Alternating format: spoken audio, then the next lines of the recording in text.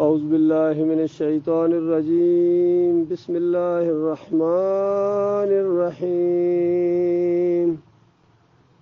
او کالذی مر علی قریۃ وہی خاویۃ علی عروشها قال انا یحیی هذه الله بعد موتها فاماته الله 100 عام ثم بعثه قال كم لبثت قال لبثت يوما أو بعض يوم قال بل لبثت 100 عام فانظر إلى طعامك وشرابك لم يتسنه وانظر إلى حمارك لنجعلك آية للناس وانظر إلى العظام كيف ننشزها ثم نكسوها لحما فلما تبين له قال اعلم ان الله على كل شيء قدير۔ یہ سورہ البقرہ کا ایک مضمون ہے آپ کے سامنے، ذہن میں رکھیں۔ یہ وہ کتاب ہے، اس سورہ البقرہ جو قرآن آپ کے سامنے ہے، سورہ الفاتحہ کا گویا جواب ہے۔ سورہ الفاتحہ قرآن کی ایک پہلی سورہ ہے، اللہ تعالیٰ نے بندوں کی زبان میں اس کو نازل کیا ہے، اور ایک چیز مانگنے کے لیے پہلے حمد و ثنا بیان کی گئی اللہ تعالیٰ کی، پھر عہد و پیمان کیے گئے، مالک ہم تیرے بندے ہیں، تجھ سے مدد مانگتے ہیں، مانگتے رہیں گے، تیری عبادت کرتے ہیں، کرتے رہیں گے۔ یہ عہد و پیمان کرنے کے بعد پھر ایک چیز مانگی جاتی ہے، اہدنا الصراط المستقیم، یا اللہ صراط مستقیم دے، سیدھا راستہ دکھا دے۔ دیکھیے آج سارے سیدھا راستے پر چلنا چاہتے ہیں، ہر ایک مسلمان کہتے ہیں، بار بار کہتے ہیں یا اللہ ہمیں سیدھے راستے پر چلا، ہمیں سیدھے راستے پر چلا، اور پھر اس کی اور تشریح کرتے ہیں کہ اس راستے پر جس پر یا اللہ تو نے انعام کیا لوگوں کے اوپر، انعام یافتہ لوگ جن سے تو راضی ہو گیا، اور پھر مزید اس کی تشریح کی جاتی ہے کہ یا اللہ ان لوگوں کے راستے پر نہ چلانا جن پر تیرا غضب نازل ہوا، جن سے تو ناراض ہو گیا، تو غصے ہو گیا جن سے، یعنی گویا وہ برباد ہو گئے، یا اللہ ان کے راستے پر نہ چلانا۔ اس دعا کا جواب ہے پورا قرآن، اور پورے قرآن میں اللہ تعالیٰ نے انعام یافتہ لوگوں کے واقعات بیان کیے ہیں کہ یہ ہے ابراہیم علیہ السلام کا واقعہ ہے، نوح علیہ السلام کا واقعہ ہے، موسیٰ علیہ السلام کا واقعہ ہے، پھر اصحاب کہف کے واقعات ہیں، گزشتہ جو گزرے ہوئے انبیاء تھے ان کے واقعات ہیں، تاکہ آپ کو پتہ چلے کہ سیدھا راستہ کہتے کس کو ہے۔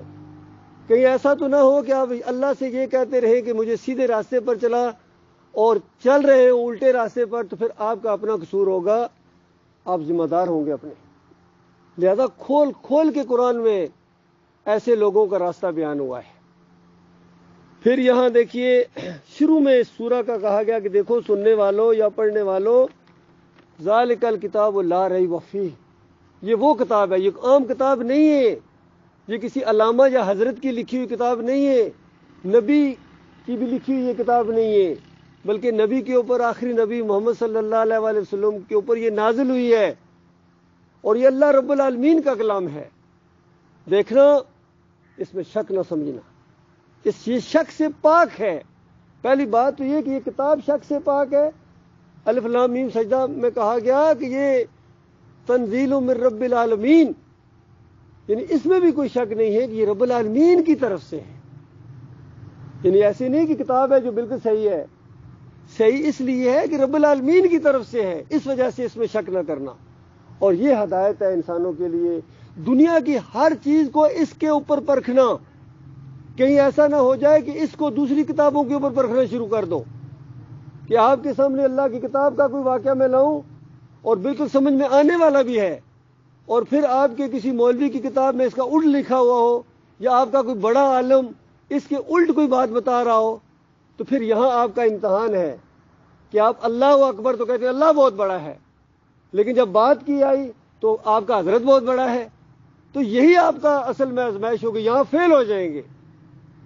اسی کتاب کے اندر لکھا ہوا ہے سورہ توبہ کے اندر، اتخذوا احبارہم و رہبانہم ارباب من دون اللہ، ان اہل کتاب نے، وہ بھی مسلمان گزری ہوئی قومیں تھیں، بڑی پسندیدہ قومیں تھیں، جس کو مالک فرماتا ہے اے بنی اسرائیل ہم نے تمہیں جہان والوں پر فضیلت دی۔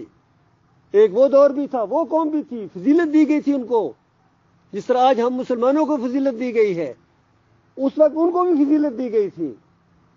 اور ان کے بارے میں اللہ تعالیٰ کہتا ہے کہ ان اہل کتاب نے، ان سید زادوں نے، ان یعقوب علیہ السلام کے بچوں نے، بنی اسرائیل کہتے ہیں، اسرائیل یعقوب علیہ السلام کا نام ہے، بنی اسرائیل کا مطلب یعقوب کے بچوں، سید زادوں، ہم نے تمہیں دنیا پر فضیلت دی۔ اور اب ان سید زادوں نے کیا کرنا شروع کر دیا؟ اتخذوا احبارہم و رہبانہم اربابا من دون اللہ، انہوں نے اللہ کے علاوہ اور رب بنائے ہیں۔ تو یہ آیت جب اتری تو کچھ لوگوں پر بڑی شاک بھی گزری، اور عدی بن حاتم طائی خاص کر جو عالم دین تھے، نصارہ میں سے نکل کے آئے تھے، اسلام کے اندر قبول کیا تھا، بہت چند عالم دین آئے ہیں۔ یہ بھی آپ نے غور کرنا، جب توحید کی دعوت اٹھتی ہے تو جو اس دور کی بگڑے ہوئے مسلمان ہوتے ہیں، ان کے جو بڑے بڑے علماء ہوتے ہیں، وہ دوڑ دوڑ کے نہیں آ جاتے ماننے کے لیے، وہ مخالفت کرتے ہیں، اکثریت ان کی مخالفت کرتی ہے، کیونکہ ان کے مفادات کے خلاف ہوتی ہے وہ دعوت۔ تو عدی بن حاتم آئے ہیں اور کہا کہ یا رسول اللہ، اللہ تو یہ کہہ رہا ہے کہ ہم لوگوں نے اپنے اپنے علماء کو اور مشائخ کو اللہ کے علاوہ رب بنا لیا ہے، ہم نے تو کبھی رب نہیں کہا، ہم اپنی علماء کو علماء ہی کہتے تھے۔ تو نبی صلی اللہ علیہ وآلہ وسلم نے بخاری کی روایت کے اندر اس کی تشریح کی ہے، فرمایا عدی کیا ایسا نہیں ہوتا تھا کہ تمہارے علماء جس چیز کو حرام قرار دیں اس کو حرام مانتے تھے یا نہیں مانتے تھے؟ کہتے مانتے تھے۔ تمہارے علماء جس کو حلال قرار دیں جس چیز کو، اس کو مانتے تھے یا نہیں مانتے تھے؟ انہوں نے کہا بھی مانتے تھے۔ فرمایا کبھی اللہ کی کتاب میں بھی دیکھا تھا، کبھی اللہ کی کتاب میں بھی دیکھا تھا کہ یہ حرام ہے یا حلال ہے، یا آنکھیں بند کر کے ان کے پیچھے جا رہے تھے؟ تو انہوں نے کہا اللہ کے رسول ہم نے اللہ کی کتاب میں تو کبھی نہیں، اتنا اعتماد تھا ہمیں اپنے علماء کے اوپر کہ ہم اللہ کی کتاب میں دیکھنا یعنی ضرورت نہیں محسوس کرتے تھے کہ ہمارے اتنے بڑے بڑے علماء ہیں، بڑے شیخ ہیں، یہ کیسے جھوٹ بول سکتے ہیں، یہ کیسے اللہ کے اوپر بہتان باندھ سکتے ہیں، تو ہم نے کبھی دیکھا ہی نہیں تھا اللہ کی کتاب میں۔ تو نبی صلی اللہ علیہ وآلہ وسلم نے فرمایا عدی یہی رب ماننا ہے، یہی رب ماننا ہے، جب آپ نے اندھا اعتماد کیا ہے۔ تو میرے پیارے بھائیو، آج جو یہاں ہم آئے ہیں آپ کے سامنے، یہ بات آپ کے سامنے رکھنے آئے ہیں کہ دو چار کی طرح بات آپ کو سمجھ میں آئے گی کہ اللہ کی کتاب کیا عقیدہ پیش کرتی ہے۔ ایک طرف اللہ کی کتاب کے عقیدے ہیں، دوسری طرف ہمارے اکابرین کے عقیدے ہیں۔ آج جو مسلمانوں کو پوری دنیا میں مار پڑ رہی ہے، اپنے بھی مارتے ہیں اور باہر والے بھی مارتے ہیں، ہر طرح کا عذاب اس قوم کے اوپر مسلط ہے جو پچھلی قوموں کے اوپر آئے تھے۔ اب چونکہ آخری ہے، آخری قوم ہے، اس کے بعد قیامت ہے، ایک دم پوری قوم کو نہیں مٹایا جائے گا، لیکن عذاب اللہ تعالیٰ کے آ رہے ہیں۔ اس عذاب کو آپ رحمت سمجھنا شروع کر دیں تو آپ کی غلط فہمی ہے نا۔ سورہ الانعام کے اندر اللہ تعالیٰ نے عذاب کا ذکر کیا ہے کہ اگر بات نہیں مانو گے تو اللہ تعالیٰ آسمان سے تمہارے اوپر عذاب نازل کرے گا، کہیں زمین سے تمہارے اندر سے عذاب نازل کرے گا، اور تیسری عذاب کی شکل ہے، فرمایا کہیں تیسری یہ بھی ہے کہ میں تمہیں گروہوں میں بانٹوں گا۔ اللہ کہہ رہا ہے میں تمہیں گروہوں میں بانٹوں گا، ٹکڑوں ٹکڑے کر کے ایک کی طاقت کا مزہ دوسرے کو سکھاؤں گا۔ یہ عذاب آج امت مسلمہ کے اوپر آیا ہوا ہے۔ اللہ کے بندو، یہ جو پارٹی بازی، یہ مسلک پرستیاں، فرقہ بندیاں، آپس میں ایک دوسرے کی مسجدوں میں جانے کے، یہ وہاں نہیں جا سکتے ہیں۔ اگر قرآن کی بات بھی اگر کی جائے، اچھا دوسرے مسلک کے ہو، یہاں اللہ تمہاری بات نہیں چلے گی، ہمارے مولوی صاحب کی بات چلے گی۔ تو یہ ماحول پورا بنا ہوا ہے، سیاسی ماحول جو وہ تو آپ کے سامنے کوئی بیان کرنے کی ضرورت نہیں، یہ اللہ کے عذاب کی شکلوں میں سے ایک شکل ہے۔ اور اللہ کی کتاب دیکھیے کتنی کھول کھول کے یہ باتیں بیان کرتی ہے اسی سورہ کے اندر۔ یہ سورہ البقرہ ہے۔ فرمایا جس گھر میں پڑی جائے شیطان دم دبا کے بھاگتا ہے، وہاں شیطان کا کیا کام، کیونکہ اسی کے اندر عقائد ہے، اسی کے اندر جہاد کا ذکر ہے، اسی کے اندر آخرت کی جنت کی بہاروں کا ذکر ہے۔ یہ سورت اللہ کے ساتھ بہت مضبوط کرنے والی، تعلق کو مضبوط کرنے والی یہ سورہ ہے۔ اسی سورہ کی آخری 2 آیتیں معراج کا تحفہ ہے۔ یہ سورہ اتنی عظیم سورہ ہے۔ پتہ ہے آپ کو معراج جو نبی علیہ السلام کو ہوئی ہے، 3 تحفے ملے ہیں نبی علیہ السلام کو امت کے لیے۔ 3 تحفے، کبھی غور کیا ہے تحفے کیا چیز ہوتی ہے؟ ایک تو یہ 5 وقت کی صلات ہے، یہ تحفے کے طور پر دی گئی ہے۔ یہ کوئی ایسی چیز نہیں ہے کہ جس کو اپنے اوپر ذرا بوجھ سمجھا جائے، بلکہ اللہ کی طرف سے ایک تحفہ ہے۔ اور تحفے کو آپ دیکھیں بار بار بندہ دیکھتا ہے، اس کی حفاظت کرتا ہے، تو یہ بار بار اللہ کے سامنے، اور مالک نے تحفہ بھی ہمیں ایسا دیا ہے جس میں ہمارا فائدہ ہے. بار بار اللہ کے سامنے آؤ. وضو سے شروع ہوتا ہے، وضو کرتے ہو بسم اللہ الرحمن الرحیم سے. اس کے بعد وضو کرنے کے بعد نبی علیہ السلام نے فرمایا کوئی اگر وضو کرنے کے بعد کہتا ہے اشہد ان لا الہ الا اللہ و اشہد ان محمد عبدہ ورسولہ، جنت کے 8 دروازے اس کے لیے کھول دیے جاتے ہیں مومن کے لیے. ایمان خالص ہونا چاہیے، کیونکہ صلاۃ تو ہے ہی مومن کے اوپر. ان الصلاۃ کانت علی المؤمنین کتابا موقوتا. غور کیجئے، علی المؤمنین، ہر ایک کے اوپر نہیں ہے. جو ماننے والا ہے، کتاب کو مانتا کون ہے، اس کے مطابق اپنا ایمان کون بناتا ہے، نبی علیہ السلام کو مانتا کون ہے، ان کی بات مانتا کون ہے.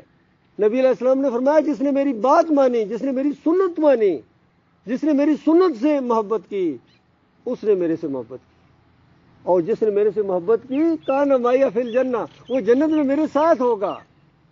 سب سے پہلی سنت نبی صلی اللہ علیہ وآلہ وسلم کی، آج سن لیجئے. عام طور پر لوگ سنتوں کا ذکر کرتے ہیں، لیکن سب سے پہلی سنت جو نبی صلی اللہ علیہ وآلہ وسلم کی ہے، اور سارے انبیاء کی یہی سنت ہے، وہ ہے اللہ کو ایک ماننا. یہ سنت ہے، یہ طریقہ ہے. اللہ کی وحدانیت کو ماننا، اللہ کی توحید کو ماننا، اور پھر دوسری سنت جو ہے اس کے اوپر استقامت دکھانا، اس پر جم جانا. یہ سنت ہے. کبھی سنا آپ نے کسی مولوی صاحب؟ یہ بھی ایک سنت ہے، اور سب سے بڑی سنت ہے. اللہ کو ایک ماننا، اکیلا ماننا، اس کے ساتھ شرک نہ کرنا، یہ نبی کی سنت ہے. اسی کے اندر جب کچھ ملاوٹ کرنے کے لیے کہا جاتا تھا کہ تھوڑی بہت تو ہماری سنیں، کچھ نہ کچھ تو کریں، تو نبی علیہ السلام کہتے تھے ایک ہاتھ پر سورج رکھ دو، ایک ہاتھ پر چاند رکھ دو، میرے سے یہ امید نہ رکھنا، یا میری جان جائے گی یا یہ دعوت غلبہ پکڑے گی. یہ دوسری سنت ہے نبی علیہ السلام کی. اس کے اوپر استقامت دکھانا پورے عزائم کے ساتھ، پوری جرت کے ساتھ. اور تیسری سنت اسی چیز کو پھیلانا، یہ بھی سنت ہے.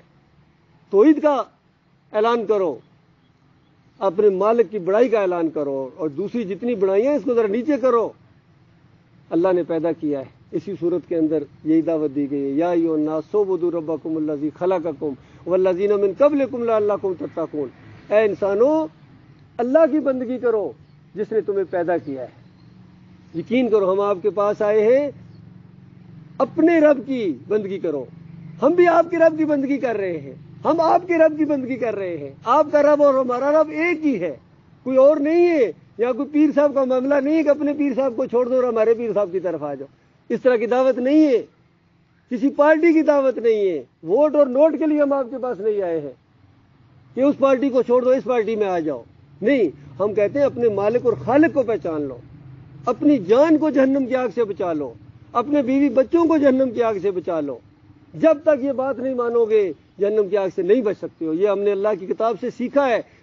پورا نچوڑ آپ کو بیان کرنے آئے ہیں. حالانکہ کتنی بڑی کتاب ہے، پھر حدیثوں کی کتنی کتابیں ہیں، لیکن یہ جو درس ہوگا زیادہ سے زیادہ کتنا، 20 منٹ کا، 25 منٹ کا.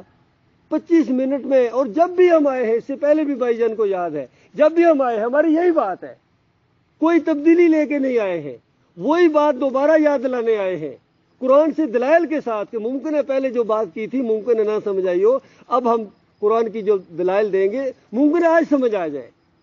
وہی بات ہے، ایک ہی بات ہے کہ اس مالک کی بندگی کرو جس نے زمین کو بنایا. یہ زمین جس کے اوپر گھر بنایا ہے، جس کے اوپر آپ کی گاڑیاں چلتی ہیں، بلڈنگیں بناتے ہو، سب کچھ اسی زمین کے اوپر اگتا ہے. جو کھانے کھاتے ہو، پھل کھاتے ہو، رزق کا انتظام کیا اللہ تعالیٰ نے. اور سب کے انسانوں کو اللہ تعالیٰ کہہ رہا ہے کہ آسمان سے بارشیں برسائیں تمہارے لیے، رزق کا انتظام کیا. اور سب نعمتیں بتانے کے بعد ایک مانگ ہے اس کی.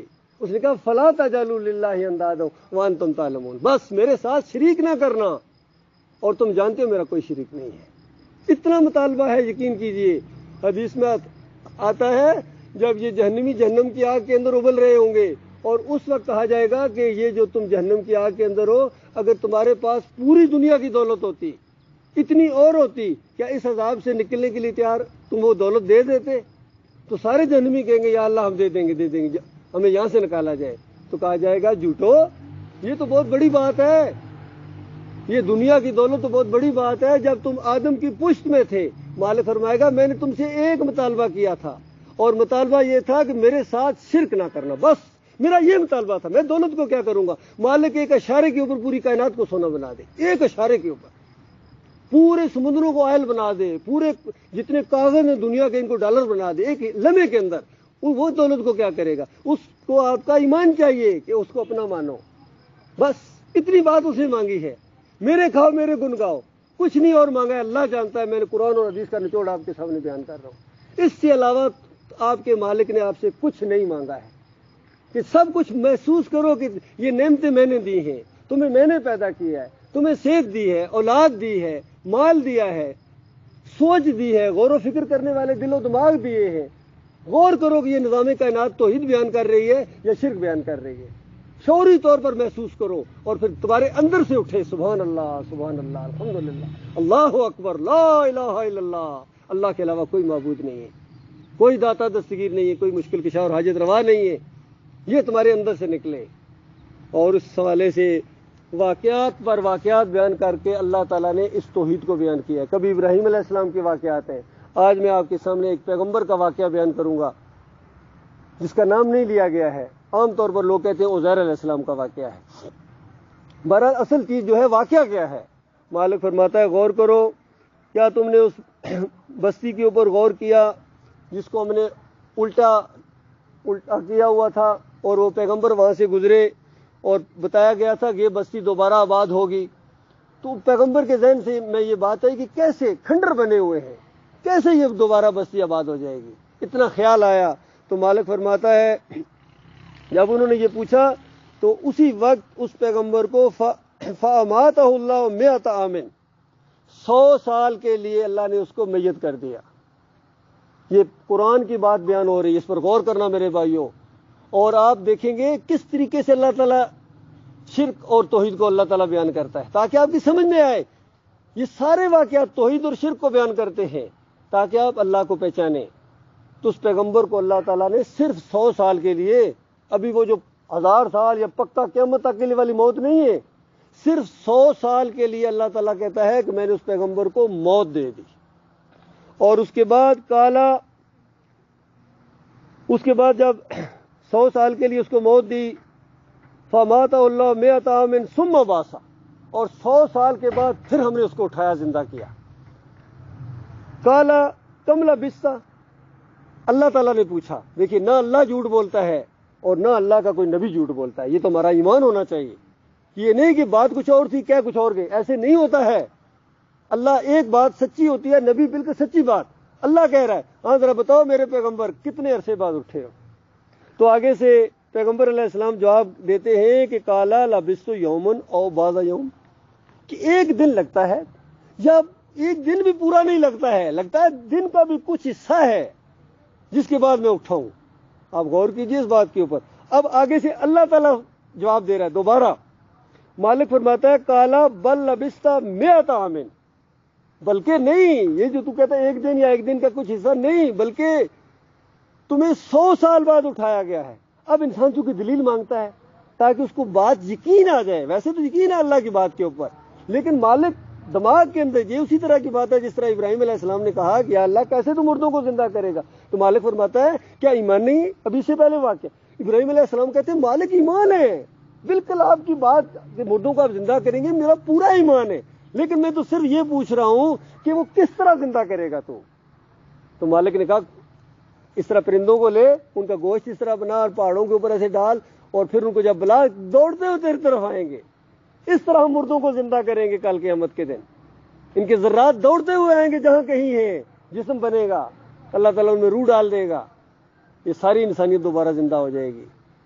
تو یہاں بتایا کہ 100 سال بعد تم اٹھے ہو، اور دیکھو فنظر الی طعامک، اور ہماری قدرت کا ذرا اندازہ لگاؤ کہ تمہارے ساتھ جو کھانا تھا، عزیر علیہ السلام تمہارے ساتھ جو کھانا تم سفر کر رہے تھے وہ کھانا لے کے جائے گے، آپ اندازہ بغیر فریج کے بغیر کسی اور چیز کے 100 سال کے بعد کھانا اسی طرح تر و تازہ، اور اس کے بعد وہ شرابے کا یعنی کھانے پینے کی جو چیز لم یتسنہ، ذرہ برابر اس میں کوئی بدبو نہیں پیدا ہوئی ہے، باسی نہیں ہوا ہے، اللہ کی قدرت کا اندازہ لگاؤ۔ وانظر الی حمارک، اب ذرا گدھے کی طرف دیکھ جو سواری تھی تمہاری، ٹکڑے ٹکڑے خاک ہوا تھا، 100 سال کے بعد اسی زمین کے اوپر پڑا ہوا، خاک ہوا، والے نہ جالا کا آیت للناس، مالک فرماتا ہے ہم نے یہ جو واقعہ بیان کیا ہے نا، یہ ایسے نہیں بیان کر دیا ہے، یہ صرف تیرے لیے نہیں ہے، تو تو پیغمبر ہے، تو تو ویسے مانتا ہے میری، یہ آیت للناس، یہ انسانوں کے لیے ایک نشانی کے طور پر ہم اس کو واقعہ کر دیں گے، تاکہ انسانوں کو پتا چلے کہ کل قیامت کے دن انسان کو اللہ تعالیٰ کس طرح زندہ کرے گا۔ اور بتائیے گدھے کی بات ہو رہی ہے یا انسانوں کی بات، ایک ہی معاملہ ہے۔ تو دیکھیے اس کے علاوہ مشرکین مکہ تھے، وہ ہڈیوں کو کبھی کبھی لاتے تھے نبی علیہ السلام کے سامنے، ایسے ہوا میں بکھیرتے تھے، جب اڑتی تھی تو کہتے تھے اے محمد ان کو کون زندہ کرے گا؟ تو نبی علیہ السلام آگے سے یہ نہیں کہتے تھے یہ تو زندہ ہے، نبی علیہ السلام کہتے تھے اللہ کی طرف سے جو جواب تھا کہ ان کو وہ زندہ کرے گا، اللہ کی طرف سے کہا جا رہا ہے اے نبی ان کو کہو ان کو وہ زندہ کرے گا جو ہر طریقے سے زندہ کرنا جانتا ہے، جس نے ان کو پہلی مرتبہ زندہ کیا تھا وہ ذات ان کو پھر زندہ کرے گی۔ یہ جھگڑا تھا، وہ کہتے تھے کہ مر کے مر جائیں گے، ختم ہو جائیں گے، میت بس ختم، جسم روح ختم، اور مطالبہ یہ تھا اللہ کی طرف سے کہ نہیں یہ بات مانو کہ تمہیں قیامت کے دن پھر اٹھنا ہے، وہ طاقت والا رب ہے، یہ مطالبہ ہے۔ اور دیکھیے آج کے مسلمان دو باتیں یہ بھی نہیں مانتے ہیں، وہ دو باتوں کا مطالبہ تھا کہ مانو اس بات کو کہ مر کو مٹی ہو جاؤ گے، کیونکہ اس طرح کا پروپیگنڈا بھی ایک نبی علیہ السلام کے خلاف چلتا تھا کہ ایک بندہ جا رہا ہوتا تھا، کہتا تھا بتاؤں ایک بندہ کیا کہہ رہا ہے باتیں، وہ سنا ہے کچھ علاقے میں کیا خبر ہو گئی ہے، ایک بندہ ہے محمد ان کا نام ہے صلی اللہ علیہ وسلم، وہ کہتا ہے کہ جب تم مر کے مٹی ہو جاؤ گے قیامت کے دن پھر تمہیں زندہ کیا جائے گا، یہ کہہ رہا ہے، کیسے ہوگا، کون زندہ کرے گا، کیونکہ جب زندہ کرے گا بڑا مسئلہ کھڑا ہو جائے گا، وہ اس چیز سے گھبراتے تھے۔ تو یہاں بتایا گیا کہ ہم تمہارے لیے جو ہے اس واقعے کو نشانی بنائیں گے۔ میرے پیارے بھائیوں غور کرو، جس طرح میں نے پہلے کہا ہے کہ وہ مشرکین مکہ دو باتوں کے ایک حصے کو مانتے تھے، مر کے مٹی ہونا، خاک ہونا مان رہے تھے، دوبارہ اٹھنا نہیں مانتے تھے۔ اور آج کے ہمارے مسلمان ہیں یہ اٹھنے کو تو مانتے ہیں، اٹھنے کو اس طرح مانتے ہیں جس طرح بالکل جس طرح اللہ ایک ہے، ان کو پتا اللہ ایک ہے، اس طرح مانتے ہیں قیامت کے دن اٹھے ہر بندہ ہر مسلمان، لیکن مر کے مٹی ہونا نہیں مانتے ہیں۔ مر کے مٹی ہونا یہ توہین سمجھتے ہیں۔ اگر کہا جائے کہ انسان قبروں کے اندر مٹی ہو گئے، مٹی کے ساتھ مٹی ہو گئے، اور مٹی کے ساتھ مٹی ہونا کوئی توہین نہیں ہے، ہم مٹی کے بنے ہوئے ہیں۔ آدم علیہ السلام کو اللہ نے مٹی سے بنایا تھا، اور سب سے پہلے جس نے اعتراض کیا تھا کہ یہ مٹی کا بنا ہوا، میں آگ کا بنا ہوا، مٹی نیچ ہے میں اونچا ہوں، وہ کون تھا؟ وہ ابلیس تھا۔ ابلیس نے انکار کیا تھا اور اللہ تعالیٰ نے اس کو مردود قرار دیا۔ اور پھر ملائکہ کو جو نورانی مخلوق ہے، حدیث میں آتا ہے ملائکہ نورانی مخلوق ہے، اور یہ جو جن ہیں یہ شعلے سے بنے ہیں، آگ کے شعلے سے بنے ہیں، اس دونوں مخلوق کو جھکا کے مٹی کی فضیلت کو اللہ تعالیٰ نے ثابت کیا ہے، سجدہ کرایا ہے، جھکو، یہ ہے میری مخلوق۔ اللہ کے بندو اپنی حیثیت کو پہچانو، جتنی مخلوق ہے، جتنی اللہ نے پیدا کیا یا آئندہ کبھی پیدا کرے گا اللہ تعالیٰ، کیونکہ وہ الخالق ہے، وہ ہمیشہ پیدا کرتا رہے گا اپنی مخلوق۔ اس سب مخلوق میں میرے پیارے بھائیوں آپ کو افضل ترین مخلوق بنایا ہے۔ کتنا شکریہ ادا کرنا چاہیے آپ کو، افضل ترین مخلوق آپ کو بنایا ہے۔ بتائیے کوئی ہم نے اپلیکیشن تو نہیں دی تھی، کوئی اور مخلوق ہمیں بنا دیتا، کیا آپ کا زور تھا؟ کسی ایسے خاندان میں پیدا، انسانوں میں بھی پھر انسانوں میں سارے انسانوں کو افضل ترین مخلوق بنایا، اس میں بھی بعض کو بعض پر درجات دیے اور کتنا مقام دیا، اچھے خاندان میں پیدا کیا آپ کو، اچھی تعلیم یافتہ، آپ کا معاشرے میں اسٹیٹس ہے، یہ بھی شکریہ ادا کرو اپنے مالک اور خالق، یہ اس کا دیا ہوا ہے۔ وہ اگر نہ چاہتا کسی دوسرے میں آپ کو پوچھنے والا کوئی نہ ہوتا، کوئی خان جی اور سردار جی کہنے والا نہ ہوتا۔ مشرکین مکہ کو بتایا گیا کہ یہ جو سرداری ہے یہ اس مالک کی دی ہوئی ہے، اور یہ مکہ کی سرداری، تم اس بات کو مان لو تمہیں عجم کی بھی سرداری ملے گی، تمہیں عرب کی سرداری ملے گی، تمہیں عجم کی سرداری ملے گی۔ اس پر ابو جہل کہتا تھا محمد بن عبداللہ کون سی بات ہے، ایک بات کہتے ہو، ہم 10 باتیں ماننے کے لیے تیار ہیں، وہ پورے عرب اور عجم کی سرداری۔ تو نبی علیہ السلام کہتے تھے نہیں، بس ایک بات مان لو چچا، بل قولوا لا الہ الا اللہ، کہو اللہ کے علاوہ کوئی معبود نہیں ہے۔ اس کے ماتھے پر پھر بل پڑتا تھا، پھر وہی بات، اس طرح کہہ کے اٹھ پڑتا تھا، پھر وہی بات، لات منات اور حبل کی خدائیوں کو چیلنج کر دیتے ہو، اس کی چمڑی اتار دیتے ہو کہ یہ کچھ بھی نہیں کر سکتے۔ کتنی توہین ہوتی ہے، تمہارے باپ دادا ان کو پوچھتے آ رہے ہیں، پکارتے آ رہے ہیں, نظر و نیاز کرتے آ رہے ہیں, ان کی بڑے شعرا ہے پورے عرب کے اندر, اور اٹھ کے تم ایک لفظ بولتے ہو اور سب کی توہین ایسی کر دیتے ہو, گستاخی کر دیتے ہو, تو بتاؤ کیسے ہم بات مانیں گے؟ نہیں مانتے تھے. تو میرے پیارے بھائیوں غور کرو, یہ قرآن کا عقیدہ آپ کے سامنے آیا ہے اور آپ سمجھ بھی گئے ہیں. اب ذرا اس کے مقابلے میں آپ کو میں ایک عقیدہ بتاتا ہوں جو بہت بڑے عالم دین نے لکھا ہے. یہ میں نے نہیں لکھا ہے, یہ تبلیغی نصاب اٹھائے.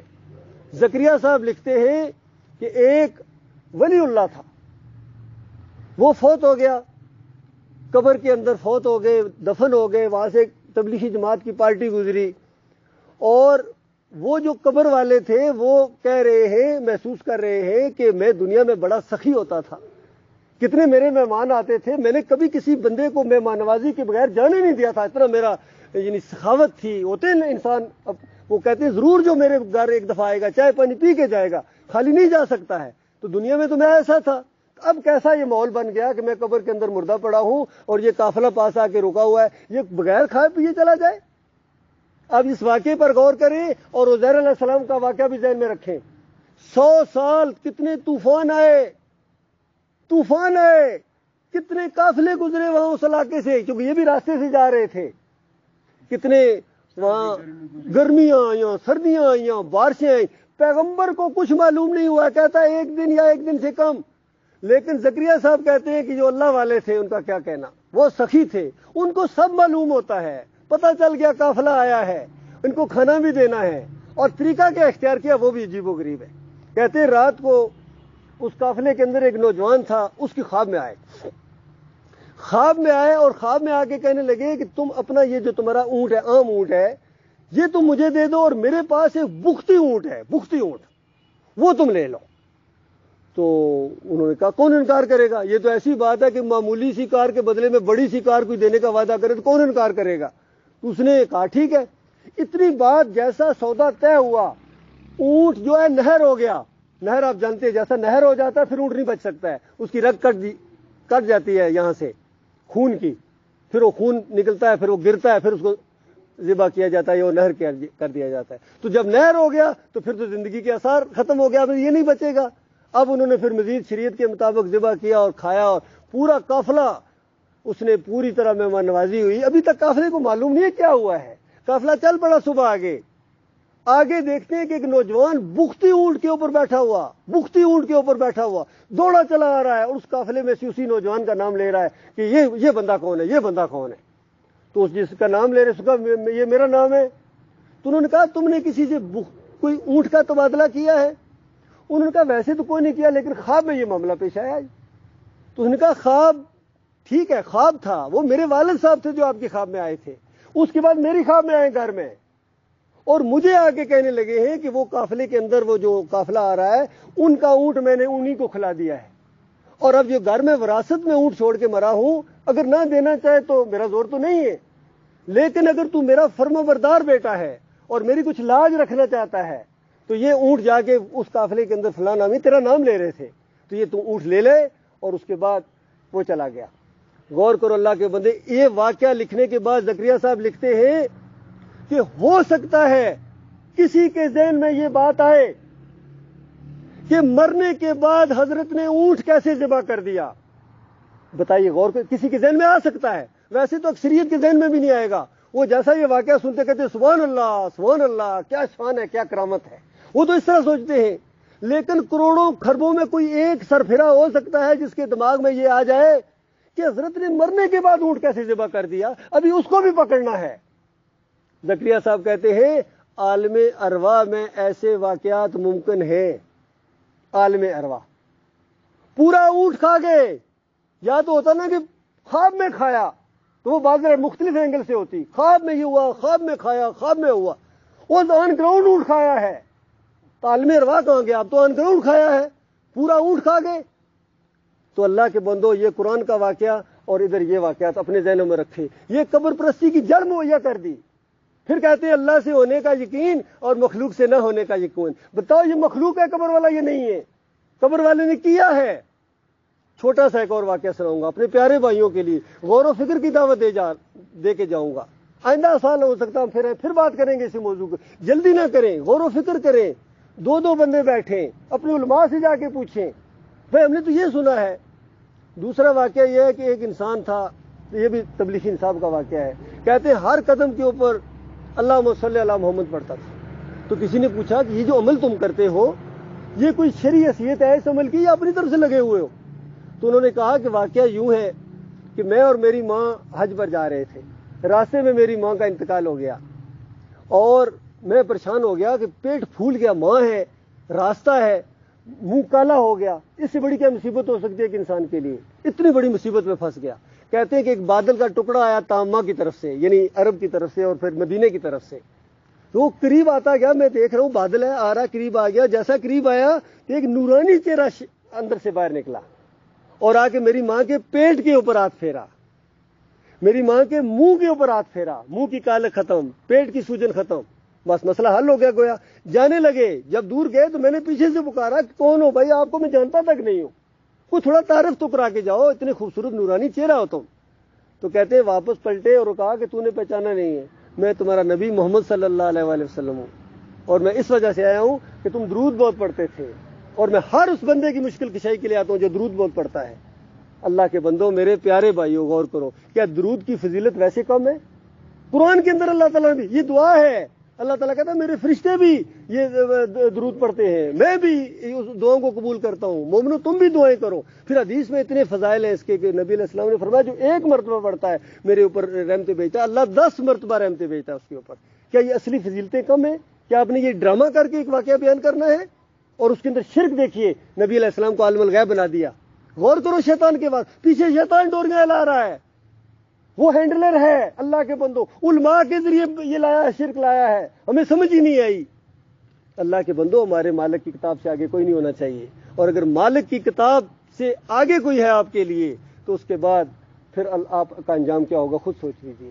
پھر ایک چھوٹی سی بات دیکھیے، اسی سورہ جو میں نے پہلے کہا ایاک نعبد و ایاک نستعین، کتنی سادہ بات ہے، یہ کیا یہ سمجھ میں نہیں آتی کہ اللہ تعالیٰ کیا کہہ رہا ہے؟ یا اس کا حاشیہ چڑھایا محمود الحسن صاحب نے، یہ بھی دیوبندیوں کے چوٹی کے عالم ہے، پہلا فارغ تحصیل جو وہاں سے سند لے کے نکلا ہے، قاسم نانوتوی صاحب نے ان کو سند دی ہے کہ آپ عالم دین ہیں، جس کو سند دے دیں آگے عالم دین بن جاتا ہے۔ ان کی تفسیر پر تفسیر شبیر احمد عثمانی، اس کے حاشیے کے اوپر اس آیت کی تشریح لکھی ہوئی ہے، کہتے ہیں اس آیت شریفہ سے معلوم ہوا کہ عبادت صرف اللہ کی ہے، استعانت صرف اللہ سے ہے، لیکن اس کے کسی پیارے بندے کو، مقبول بندے کو خالص واسطہ رحمت الہی سمجھ کر، غیر مستقل جانتے ہوئے اگر اس کو بھی مدد کے لیے پکارو تو یہ بھی ایاک نعبد و ایاک نستعین کے اندر آتا ہے۔ اللہ کے بندو غور کرو، کیا آپ کے مالک آپ سے یہ مطالبہ بھی نہ کرتا؟ اتنا ہی مطالبہ ہے، پورے دین کی میں روح آپ کو بتا رہا ہوں جو میں سمجھا ہوں، آپ کے مالک کا آپ سے اتنا مطالبہ ہے کہ کہہ دو کہ اللہ کی بات سچی ہے، مولوی کی بات جھوٹی ہے، بس۔ اس کو کہتے ہیں کفر بالطاغوت، اس کو قرآن کہتا ہے کفر بالطاغوت، فمن یکفر بالطاغوت ویؤمن باللہ، جو ہم عام طور پر کہتے ہیں طاغوت کا کفر کرو، یعنی جو اللہ کے مقابلے میں آیا ہوا ہے اس کو ہٹاؤ پیچھے، تب تمہارا ایمان ایمان ہے، ورنہ تمہارا ایمان ایمان نہیں ہے۔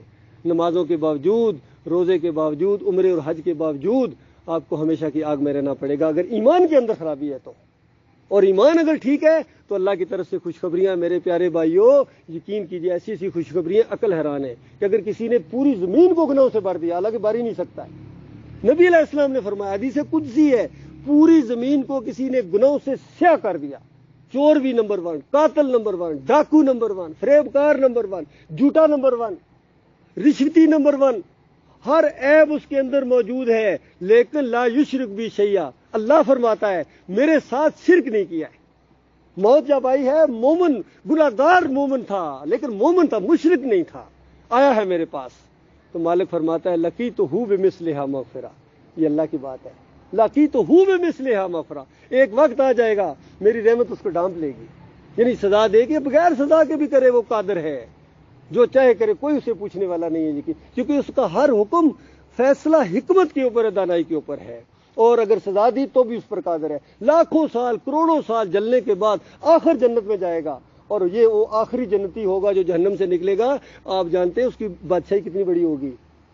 ساری حدیثوں کا مطالعے کا نچوڑ جو ہے وہ یہ ہے کہ اس پوری زمین سے 50 گنا بڑی اس کی بادشاہی ہوگی، اور اس کے بعد مالک فرماتا ہے اس کے علاوہ بھی جو مانگے گا وہ تیرا ہے، یہ نہیں کہ بس اتنی دے کہ میں بس کر دیا، نا، اس کے علاوہ جو تیرے جی میں ہے وہ تیرا ہے، یہ اس مومن کی بات ہو رہی ہے جو گناہگار تھا لیکن مشرک نہیں تھا۔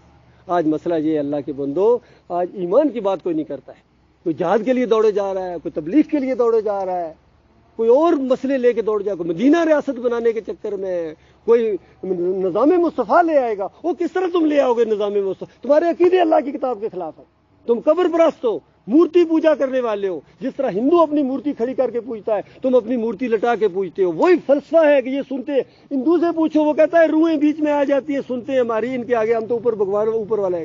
اور یہ مسلمان وہی عقیدہ پیش کرتا ہے، کہتا ہے میری بابا جی کے آگے، بابا جی کے اللہ کے آگے۔ یہی مشرکین مکہ کہتے تھے ہاؤلا شفاعنا عند اللہ، یہ ہمارے اللہ کے ہاں سفارشی ہے۔ تو وہی ہے کہ پہلے قبر پرستی سکھاتے ہیں، پھر کہتے ہیں تہجد پڑھو، چیلا لگاؤ، 40 دن لگاؤ، جہاد کے لیے دوڑو، اور اللہ کے بندو نہیں جنت جا سکتے ہو۔ پہلے عقیدہ درست کرو، اللہ کی کتاب کے مطابق عقیدہ بناؤ، عقیدہ اللہ کی کتاب کے مطابق، اس کے بعد تشریح حدیث ہے۔ کوئی اگر اختلافات بھی ہیں، فروعی اختلافات، وہ قیامت تک جاری رہیں گے، نہیں اس کا کسی کے پاس صحابہ کا کوئی عمل ہے، بالکل عمل کرو، بالکل ٹھیک ہے۔ اس نے اس حدیث سنی، دوسرے نے تھوڑی سی مختلف سن لی، کسی نے ہاتھ ادھر، کسی نے ادھر، آمین تھوڑا سا اونچا۔ یہ جھگڑا کی چیزیں نہیں ہیں۔ جھگڑے کی چیز ایمان خالص ہے کہ تمہارا الہ کون ہے، تمہارا معبود کون ہے۔ اگر آپ نے یہ عقیدہ بنایا کہ نبی علیہ السلام سنتے ہیں ہماری ان کے آگے، یہ آپ نے دوسرا الہ بنا لیا۔ وقولوا قولی ھذا استغفر اللہ لی ولکم ولسائر المسلمین۔ اس درس کے حوالے سے اگر کوئی آپ کے دل میں کوئی ایسی بات آئے تو آپ ابھی بھی سوال کر سکتے ہیں، یا ابھی صلاۃ کے بعد انشاءاللہ سوال و جواب کی